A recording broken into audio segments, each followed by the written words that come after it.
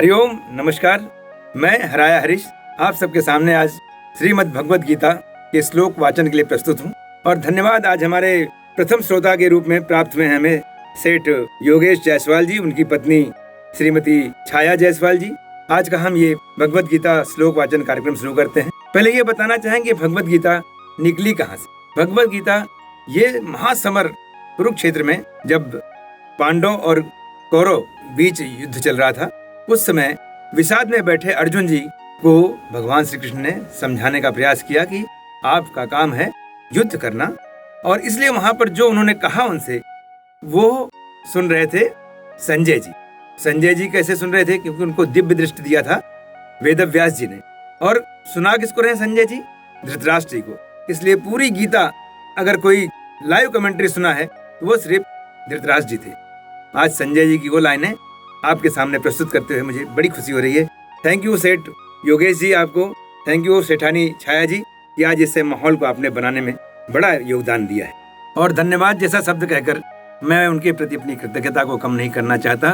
आदरणीय आलोक राय जी जिन्होंने इसका निर्देशन देने के लिए स्वीकार किया, और आदरणीय प्रेम कुमार जी जिन्होंने हमारे ये वीडियो को आप तक पहुँचाने का प्रयास करने का चरितार्थ किया। धन्यवाद आप दोनों को। और आइए सीधा श्लोक वाचन के लिए प्रस्तुत हूँ। तो आइए, अथ प्रथमोऽध्यायः।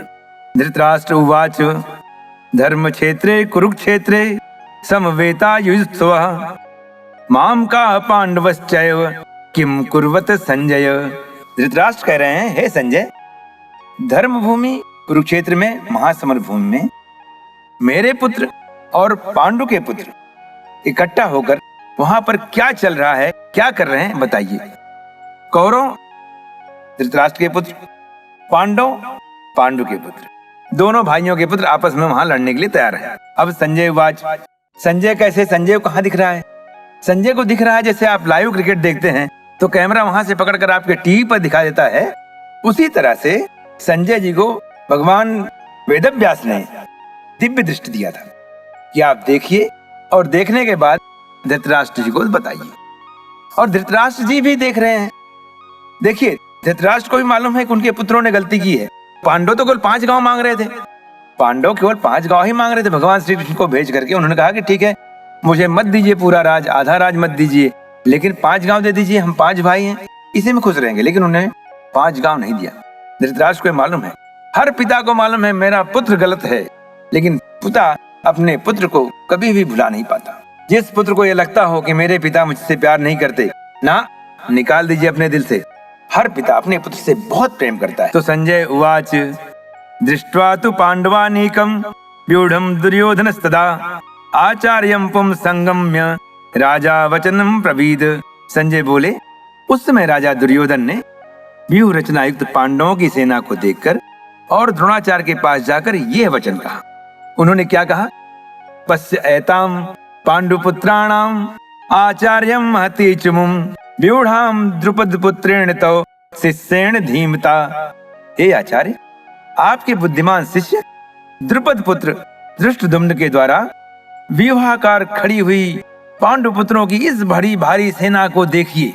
बहुत बड़ी भारी सेना थी, और उस भारी सेना को देखने के लिए ये कह रहे हैं आचार्य से, अत्र सूरा महेश्वासा भीमार्जुन समायुधि युयुधानो विराटश्च द्रुपदश्च महारथः धृष्टकेतु चेकितानः काशीराजश्च वीर्यवान पुरजिन किंतु भोजश्च सैव्यश्च नरपुंगवः युधा मनुष्य विक्रांत उत्तम मौजाश्च वीर्यवान सौभद्रो द्रौपदायश्च सर्व एवं महारथः। इस सेना में बड़े बड़े धनुषों वाले तथा युद्ध में भीम और अर्जुन के समान सूरवीर सात्यकी और विराट तथा महारथी राजा द्रुपद, धृष्टकेतु और चेकितान तथा बलवान काशीराज, पुरजित, कुंती भोज और मनुष्यों में श्रेष्ठ सैव्य, पराक्रमी युधामन्यु तथा बलवान उत्तम मौजा, सुभद्रा पुत्र, द्रौपदी के 5 पुत्र, एक अभिमन्यु नहीं था। बहुत लोग नहीं जानते होंगे, तो ये जान रही है कि द्रौपदी के 5 पुत्र थे।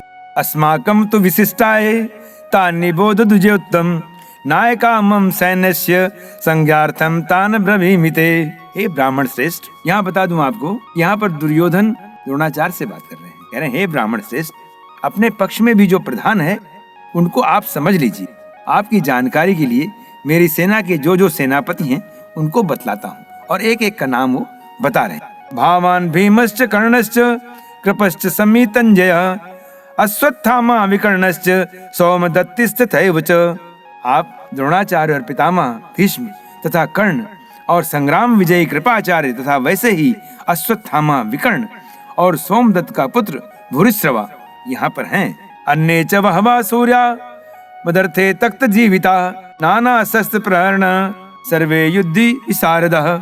और भी मेरे लिए जीवन की आशा त्याग देने वाले बहुत से सूरवीर अनेक प्रकार के अस्त्रों शस्त्रों से सुसज्जित और सब के सब युद्ध में चतुर हैं, युद्ध में पारंगत हैं। अपर्याप्तम तदस्माकं बलम भीमाभिरक्षितम पर्याप्तम तुदमे तेषां बलम भीमाभिरक्षितम। भीष्म पितामह द्वारा रक्षित हमारी यह सेना सब प्रकार से अजय है और भीम द्वारा रक्षित इन लोगों की यह सेना जीतने में सुगम है। अयनेषु च सर्वेषु यथा भागम वस्थिता भीष्म एव अभिरक्षन्तु भवन्तः सर्व एव ही। इसलिए सब मोर्चों पर अपनी अपनी जगह स्थित रहते हुए आप लोग निसंदेह भीष्म पितामह की ही सब ओर रक्षा करेंगे। तस्य संजनयन हर्षे कुरु वृद्धा पितामह सिंहनादम विनद्य उच्चे संगम दधमो प्रतापवान। कौरवों में वृद्ध बड़े प्रतापी पितामह भीष्म ने उस दुर्योधन के हृदय में हर्ष उत्पन्न करते हुए उच्च स्वर में सिंह की दहाड़ के समान गरज कर शंख बजाया। ततः शंखास्य भैर्यश्च पणवानक गोमुखा सहसैवाभ्यम हन्यन्त स शब्दस्तु मूलो भवत। इसके पश्चात शंख और नगारे तथा ढोले मृदंग और नरसिंगे आदि बाजे एक साथ ही बज उठे। उनका वो शब्द बड़ा भयंकर हुआ। ततः श्वेते हययुक्ते महतिस्यन्दने स्थितो माधवः पांडवश्चैव दिव्यो शंखो प्रदध्मतु। इसके अनंतर सफेद घोड़ों से युक्त तन रथ में बैठे हुए श्री कृष्ण महाराज और अर्जुन ने भी अलौकिक शंख बजाए, मतलब दोनों तरफ से शंख बज गए। पांचजन्यम ऋषिकेशो देवदत्तम धनंजय पौंड्रम दंभो महाशंखम भीमकर्मा ब्रकोदरा। श्री कृष्ण महाराज ने पांचजन्य नामक, अर्जुन ने देवदत्त नामक और भयानक कर्म वाले भीमसेन ने पौंड्र नामक महाशंख बजाया। फिर से एक बार देखिए, भगवान श्री कृष्ण का शंख का नाम पांचजन्य, अर्जुन के देवदत्त और भीमसेन का पौंड्र, ये शंख का नाम। अनंत विजयम राजा कुंती पुत्रो युधिष्ठिरा नकुलम सहदेवश्च सुघोषमणि पुष्पकौ। कुंती पुत्र राजा युधिष्ठिर ने अनंत विजय नामक और नकुल तथा सहदेव ने सुघोष और मणि पुष्प नामक शंख बजाए। काश्यश्च परमेश्वासः शिखंडी च महारथः दुष्टदुम्नो विराटश्च सात्यकिश्च पराजितः द्रुपदो द्रौपदेयाश्च सर्वशः पृथ्वीपते सौभद्रश्च महाबाहु शंखानुद्म पृथक पृथक। श्रेष्ठ धनुष वाले काशीराज और महारथी शिखंडी और धृष्टद्युम्न तथा विराट और अजेय सात्यकी राजा द्रुपद और द्रौपदी के पांचों पुत्र और बड़ी भुजा वाले सुभद्रा पुत्र अभिमन्यु, सभी ने हे राजन सब ओर से अलग अलग शंख बजाए। मतलब शंख बजाना शुरू है, मतलब आवाहन कर रहे हैं एक दूसरे को, इंगित कर रहे हैं। पहले ऐसे था कि कोई पीठ पे वार नहीं करेगा, लेकिन आज तो जमाना अलग है और उस समय सब लोग शंख बजाकर सावधान हुआ ऐसे कहा करते थे। सेठ श्री योगेश जी और उनकी पत्नी सेठानी छाया जी को बहुत बहुत धन्यवाद कहता हूँ कि वो ऐसे पुनीत कार्य में सहयोग दे रहे हैं। आपसे भी मेरा ये विनंती है, आग्रह है, आह्वान है कि आप सब भी सहयोग करें और इस कार्यक्रम को आगे बढ़ाएं। बस इसके साथ ही मैं आप सभी को प्रणाम करता हूं और यहीं पर राधे राधे कहता हूं। श्री राधे।